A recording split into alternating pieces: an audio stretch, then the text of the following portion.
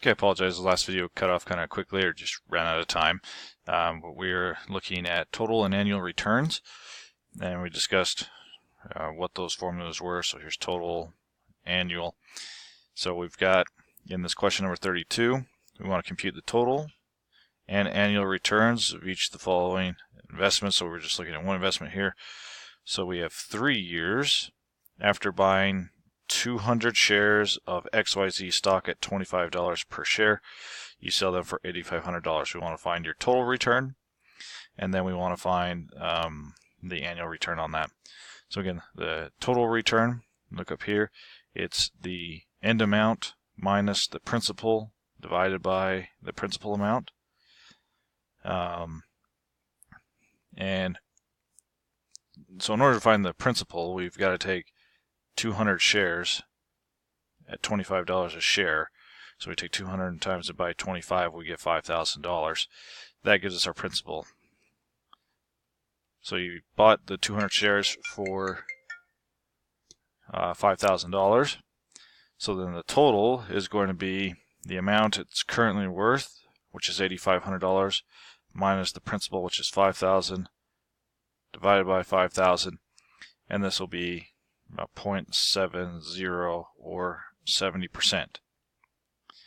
Okay, so that's your total return on your investment, and this again is over 3 years. So then when we look at your annual return, okay, the annual return was the amount over the principal to the 1 over the number of years power, and then subtract 1 from that. So here we have our amount was $8,500, the amount we made in the end, divided by our principal amount, which was $5,000, again $200 per share, $25, or excuse me, 200 shares at $25 per share, to the 1 over, and the number of years says 3 right here, so 1/3 power, then subtract 1, excuse me, equals about 0.193 or 19.3%. So that's the average, roughly the annual return that you got on your investment was 19.3%. As you're investing in XYZ stocks. So that's a look at how you compute total and annual returns. Okay, next we're going to look at some different types of investments. So now what we want to do is kind of combine what we've covered about savings plans and this idea of total and annual return that we just talked about, and study some investment options. So most investments fall into one of 3 basic categories. Okay, we have stocks, or sometimes equity here, and the stock just gives you a share of ownership in the company. So you invest by purchasing shares of a stock, and the only way to get your money out is to sell the stock. And because stock prices change with time, they're always changing. If you check the stock market, the sale may give you either a gain or a loss on your original investment. So I mean, stocks are jumping around all the time. Some are much more stable than others, and you can gain a lot, you can lose a lot, you can gain a little, lose a little. This one's kind of all over the place, and we'll talk a little bit more about that in a moment. Next is a bond, or sometimes known as a debt. It represents a promise of future cash. So bonds are usually issued by either a government or a corporation, and schools bond all the time. My local school district here is actually bonding right now to build a couple of new elementary schools and improve some other facilities, and so they're putting out a bond. So what happens is the issuer pays you simple interest, not compound. So in a bond you're paid simple interest, and it promises to pay you back your initial investment plus interest at some later date. So they're going to pay back this amount of money at some later time. Okay, that's a bond. And then last, we're looking at cash investments. Okay, this includes your bank accounts, certificates of deposits, better known as a CD, U.S. Treasury bills, and cash investments generally earn interest, but the interest isn't always the best on those cash investments, but they're pretty safe, one way to look at it. So couple of considerations when you're investing: liquidity, risk, and return. So no matter what type of investment you make, you should always evaluate the investment in terms of these three conditions. So liquidity, or how liquid something is. That just means how difficult is it to take out your money. So if you have an investment from which you can withdraw money easily, such as an ordinary bank account, it's said to be liquid. You can get your hands on it quickly. The liquidity of an investment like real estate is much, much lower, because with real estate, buying a home or something like that, it can be difficult to sell. You could have a lot of money invested in it, but it might take time to actually get that money out of it as you try and sell that. So, the easier it is to obtain, the quicker it is to contain or obtain, the more liquid it is. Okay, then we look at risk. And is the investment principal that you have at risk, is the amount you invest up front at risk. So the safest investments are, federally insured bank accounts, so your regular savings account, U.S. Treasury bills. There really isn't a lot of risk in losing principal that you've invested in those couple of places. However, stocks and bonds are much riskier because they can drop in value. Okay, when you have a drop in value, when you have that potential, you increase your risk. And so if you have a drop in value, there is a potential that you may lose part or even all of your principal. You can look at in the stock market, the roaring 20s, when the stock market really climbed and then crashed during the Great Depression. I believe it took in the neighborhood of about 16 or 17 years for people to get back to where they started. So some of these can take a long time. Again, something like the Great Depression, that big of a crash and that long to recoup your money is rare, but it can happen. So that's why there's more risk involved. But then there's also potential for more return. So now we look at return. How much return, kind of total or annual, can you expect on your investment? A higher return means you earn more money. So the more you earn, the bigger the return. And in general, low-risk investments offer low returns. High-risk investments offer the prospects of higher returns. It's really hard to say if you are in high risk, you're going to get higher returns, because high risk also has the possibility of losing your principal. So let's take a look at some of these just over time. So here's some historical information that we can look at on the right hand side here. So stocks from 1900 to 2016 had an average annual return of 6.4%. Bonds were at 2%, cash was 0.8%. And again, this is looking over a 116-year period of time.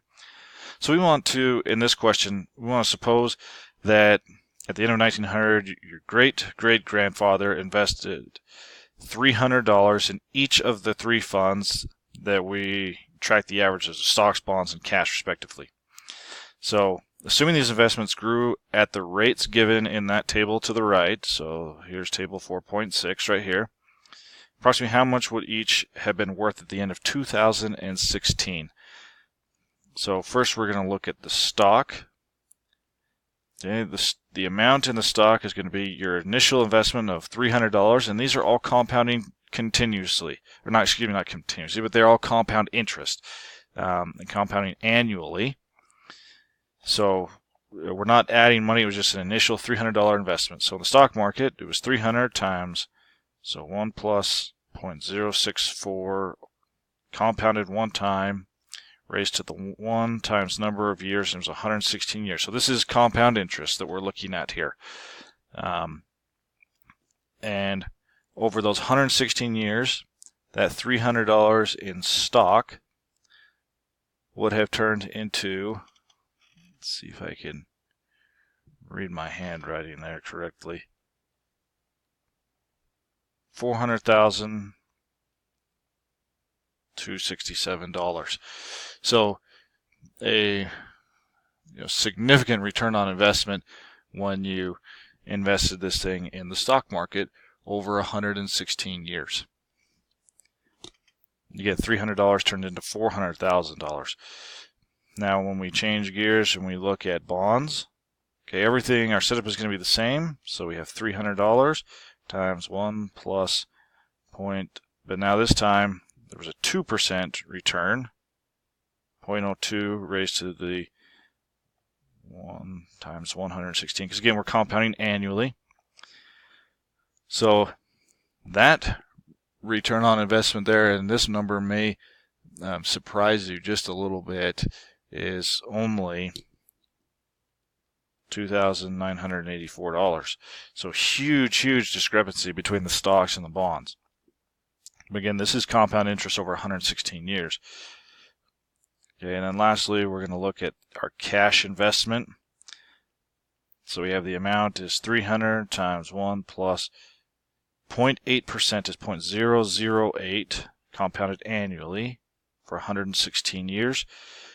And you make a meager, well, it's up to $756. So you can see that over that time, again, stocks have a high risk with a potential for a high return, and historically stocks have shown a much higher return, and you can see how much that can affect. But again, that doesn't mean that you want to invest everything in stocks and that it's a guarantee, because high risk is not always a guarantee in return. So let's look at comparing those three different investment options that we have. So now what we're going to do, we're going to look at this and we're going to try and break down how you analyze a stock. So we're going to look at this index. This is Microsoft. So kind of in the middle here. Here's all the information that you'll see. This is for Microsoft. I'm not sure the exact date that this was pulled, but it is a little bit dated. And then all of these green boxes you see out here are explaining the different parts. So, for example, the stock symbol for Microsoft is MSFT. Okay, then we have the change. I should probably change my highlight color here. It's the change in share price in dollars since the prior day's closing. Okay, so there's our change right there. Our percent change, how much did it change? Okay, the volume is the number of shares that have been traded today. So lots of shares, over 25 million, were traded in Microsoft in a single day. So Microsoft is a huge corporation. Okay, and then we've got some other information over here. So these, you don't need to have all of this memorized. We're just going to do some basic calculations. All of this information is just going to help you take a look at how to analyze a stock. And so market cap or capitalization, I'll let you take a look at that one when you're not going to be doing calculations with that. Price to earning ratio, we'll definitely be looking at this. This is the share price divided by the earnings or profit per share over the past year. Okay, dividends over the last quarter. Dividends are paid during that quarter per share. We've got our dividend yield, the annual yield of the dividend based on current price and dividend per share. Again, a lot of this that you can check your textbook to read a little bit more into these. We won't be doing a ton with those. Shares outstanding, we will be looking at this. This is the total number of shares that exist for the company. And this number is in millions because Microsoft is so big. So 7,720 million. So you'd have to add 6 zeros to the end of that. Okay, and then you have a 52-week high and low price. So over a year period, how high has it been? How low has it been? And then we've kind of got our, for a single day, what did it open at? What's the high? What's the low? And then we have now, and in a lot of these other ones, it'll actually say last. And that's the price per share in dollars at the exact time that you're looking at it. So that is a look at just a overview of a stock. There's a lot of information in here. And I would definitely recommend you looking in your textbook in Unit 4C and just read a little bit more into stocks if you have some questions. We are going to do some basic calculations, You are not going to need to know in-depth knowledge of stocks